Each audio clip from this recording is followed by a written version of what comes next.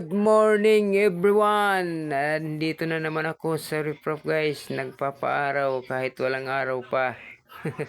Nandito kami ni Taylorit guys. Nagtatanaw-tanaw sa karagatan.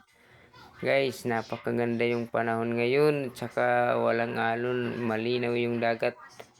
At saka medyo malamig pa ng kunti kasi maaga pa guys. Pumunta lang ako dito kasi maganda yung panahon.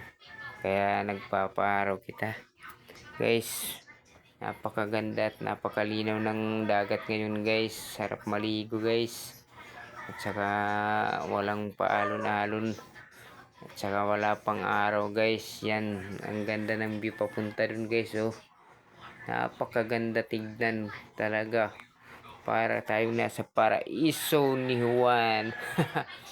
Guys, marami ngayon na nangingisda sa karagatan. Yan, may mga bangka-bangka guys sa karagatan yan.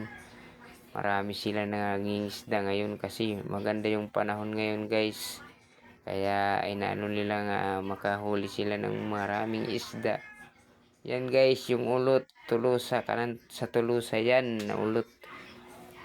Sanglit.